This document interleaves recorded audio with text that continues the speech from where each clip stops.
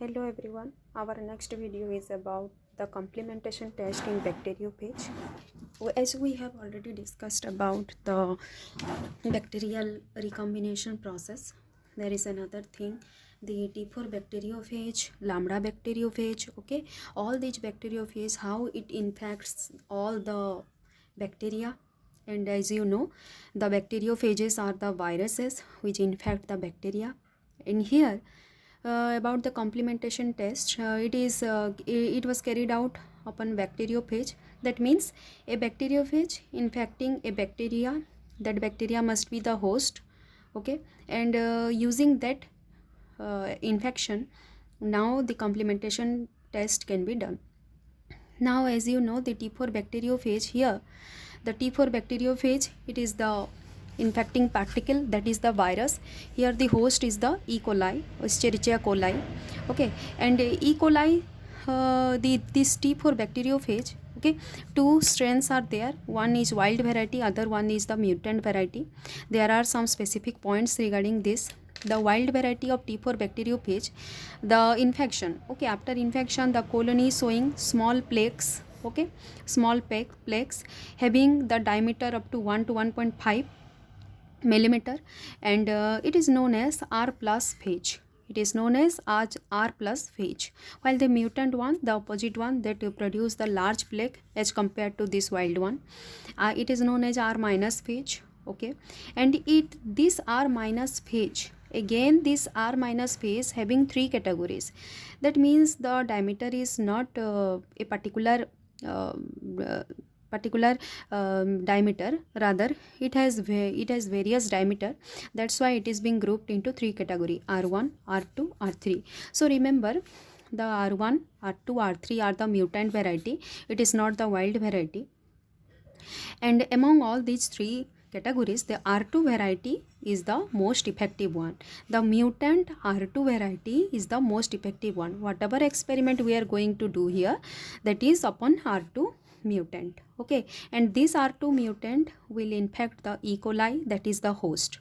Now another test has been done under E. coli, okay. This E. coli can be host for lambda bacteriophage also, lambda prophage, okay. And it was named, when the lambda prophage infect the E. coli strain, it was named E. coli K12 K12 lambda, okay. So the thing is that this complementation test, what is actually the complementation test? Before we will understand the experiment performed by Benzer, okay, experiment performed by Benzer, first of all we must know what is complementation, okay. It allow us to determine whether the mutation is occur at the both of the gene produce similar phenotype, which is present in the same gene or different gene, okay. So you will look here, I am performing a little bit small cases, okay, by which you will know what is actually this complementation. So look at the first case, okay. The complementation always occur when the mutation are in different gene. Like we always say that complementation is present here when these genes or the mutation, whatever mutations are present in different gene, okay. So look at the case 1. Case 1, I am taking mutation in different gene. This is one chromosome, this is another chromosome, this is gene 1, gene 2, the copy, that is gene 1, gene 2, okay. Same here, the gene 1, gene 2, gene 1, gene 2, okay. And here the gene 1 is the mutant one, the mutation is being occur in the gene 1, here also gene 1, and while here the mutation occur in the gene 1 and gene 1. But you can see, okay, the mutation is occurring here gene 1, okay, and it is the mutant variety, while it is the wild variety. Here the gene 1 is wild one, here the gene 1 is the mutant one, here gene 2 is wild one, here gene 2 is mutant one. So whatever I am giving here, mutation in different gene, okay. So here mutation occur in the wild variety of gene, here mutation occur in the mutant gene, okay. So here the complementation, you will see here the complementation will occur. How? So what is the condition we can say the complementation is being occur? If one copy of normal gene is present or one copy of mutant gene is present. So let's combine these two Here one copy will present, here one copy will present, and the result will be like this. Okay, the result will be like this. So you will see sorry, this mutation gene 1, okay, here it is present, and gene 2 it is present. Gene 2 the mutation is being occur, gene 1 the mutation is being occur. So two different gene, in two different gene the mutation is occur. Whatever I am saying, complementation occur when mutation are in different gene. So you can see here gene 1 is being mutated, here gene 2 is being mutated. That's why here complementation occur. If gene 1 and here also gene 1 is being there, then there is no complementation. We can say no complementation. So here gene 1 and here gene 2. In this chromosome gene 1 mutation has been occur. In this chromosome gene 2 mutation is been occur, and this type of condition is known as trans condition. This type of condition is known as trans condition. Okay, and here the complementation occur. And when we can say it is complementation, because one normal copy of each gene is present here. One normal copy of each gene. That means you can say this is the gene 2 normal copy, this is the gene 1 normal copy. Okay, so one copy of each normal gene is present. Here it is present. So the functional thing or functional product can produce. Here the gene 1 will produce the functional copy, and here the gene 2 will produce the functional product, and only one gene is sufficient to produce the functional product. That's why the complementation occur here. Okay, we can say one copy of normal gene is present. If one copy of normal gene is present, then complementation is present. Or we can also say, in other words, when mutations are in different gene, okay, then complementation occur. Let's take case 2, mutation in the same gene. Okay, if same gene mutation will be occur, then what is actually being occurring? So here it is the mutant one, gene 1 mutation will be there. Okay, and here gene 1 mutation is being there, because I am taking the same gene. Okay, here it was wild variety and here it is mutant variety. So gene 1 in this chromosome gene 1 is being mutated, in this chromosome gene 1 is being mutated, and when it is being combined, the gene 1 is always mutated one. So you can find one copy of normal gene. You are not saying here one copy of normal gene, because here gene 1 is being mutated, here also gene 1 is being mutated in this chromosome and this chromosome. If one copy from each of these head is being coming, okay, there is no, you will not found the one copy of normal gene. Rather, the mutation occurs in the same gene. Okay, the mutation occur in the same gene. So it is also known as cis condition. Okay, same site that's why it is this condition. So mutation occur in the same gene. Okay, that's why no complementation. We can say normal copy of one gene is absent here. Okay, any one gene, normal copy of only one gene is present here, that is gene 2, but not gene 1. So whatever product are being forming, that is gene 1 product is always non-functional, while gene 2 product is functional. We need one copy from each gene should be functional. One copy of each gene should be functional to complement, to express the complementation process. So here we can say no complementation, because one copy of each normal gene is absent, or we can say the mutation occur in the same gene. That's why no complementation. So this is the normal thing. That means we can say we are taking the example, and it is the 2D example. This is not the process to explain the complementation test.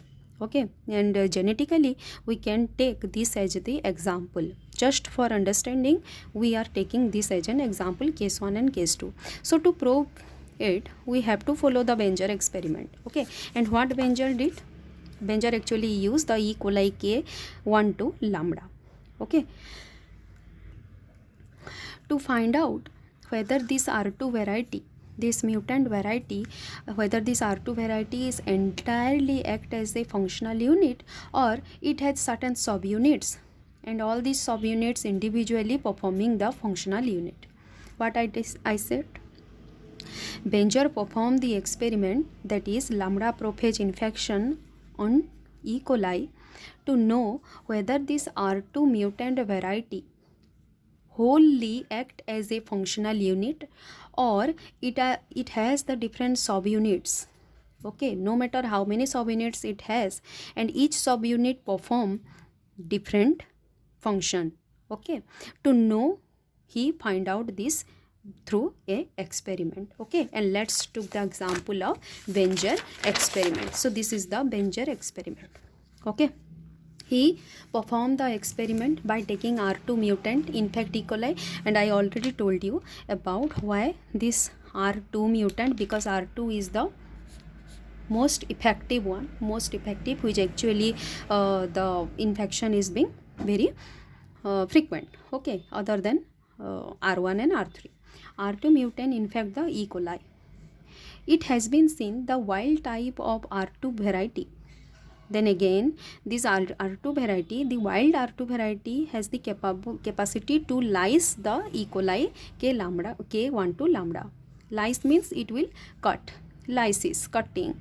Okay, but mutant R2 cannot cut it. Okay, that's why he performed the experiment. See, if lysis has been occur, then there is no use of this experiment, right? And if there is no lysis, no cutting, no killing, then the experiment will be successful. So he took the R2 mutant variety, which is actually not, or which is not capable of lysis of the E. coli. Rather, wild R2 variety has the capacity to lyse the E. coli. So he took R2 mutant. So two different mutant variety he took simultaneously. Two different mutant variety of R2 strain will infect the E. coli K1 to lambda. Okay, the host name is the E. coli K1 to lambda. Two different R2 variety are simultaneously infect this E. coli. So what is actually being occurring? So here see, the first thing is that here it is the chromosome and the copy of the other chromosome, gene A, gene B, gene A, gene B. Here the R2 variety is present. Okay, here the R2 variety is present. Here also R2, and this two dotted line representing, it has been seen. Okay, it has been seen that these R2 in the A gene and here in the A gene, in the same gene the mutation is been occur. You can say the mutation occur in the same gene. Okay, and when the mutation occur in the same gene, we have already discussed just a little bit earlier that there will be no complementation. So two mutations in the same gene. Here one mutation is been there. You can see the dotted line, right? This dot, this points, you will understand that this is the mutation symbol. So this is the R2 infection, A gene, B gene. This is also copy of A gene and B gene. The same A gene is being mutated here. So what do you mean by that? In the same A gene, if this mutation is being occur, no functional product of A gene is being forming. There is no functional product of A gene will form. Hence, only B gene will produce the functional product. So there will be no lysis. There is no lysis, no cutting, and no plaque formation. When the plaque formation will be there? When there is functional product of both A and B gene will be there. So here both of the A gene is being mutated. That's why no functional product will form. So means no complementation, because same gene. The mutation is in same gene, no complementation. No functional product of A is been present. Hence no lysis, no plaque formation. And here no complementation because one copy of each normal gene is absent here. You can say it is not normal, it is mutated one, but B gene is normal. Here B gene is normal, here A gene is mutated. So same gene in the mutation occur in the same gene, that's why no complementation. In the other part, what he found out that two mutation occur in different gene. Here A gene is being mutated and here B gene is being mutated. So one copy of each normal gene is present. Yes, so functional product of A gene also produce and functional product of B gene also produce. No doubt one A gene is being mutated, but the other A gene is being still intact, right? It is the wild variety. That's why it can produce the mutant, or sorry, it can produce the functional product. The B gene also produce functional product. That's why one copy of each normal gene is present, complementation occur, the lysis will also occur, the plaque formation will also occur, because functional product will form. One copy of each normal gene is present, hence both A and B gene will produce functional product. Therefore, lysis will be there, plaque formation will be there. As one copy of each normal gene is present, then complementation occur here. So this is actually the Benzer experiment. He probably gave this idea about this complementation analysis. By taking E. coli as a host and lambda bacteriophage or lambda prophage as the viral particle that infect the bacteria, and he probably gave this experiment by looking at the same gene, whether the genes are present in the same chromosome or whether the genes produce the phenotype are present in the same chromosome or different chromosome. And as you know, the genotype and phenotype, the genes produce a particular phenotype. Okay, genes produce a particular phenotype. Whether this phenotype, the production of this phenotype is because of the genes which is present in the same chromosome or in different chromosome. That is actually the proof of Benzer experiment, and that's why it is called complementation analysis. Okay, so that's all. This is all about the Benzer experiment and complementation test in case of bacteriophage. Okay, you can take example of T4 bacteriophage or the lambda prophage. Okay, in next lecture we will discuss about the another topic, that is extra chromosomal inheritance in case of paramecium. Okay, thank you.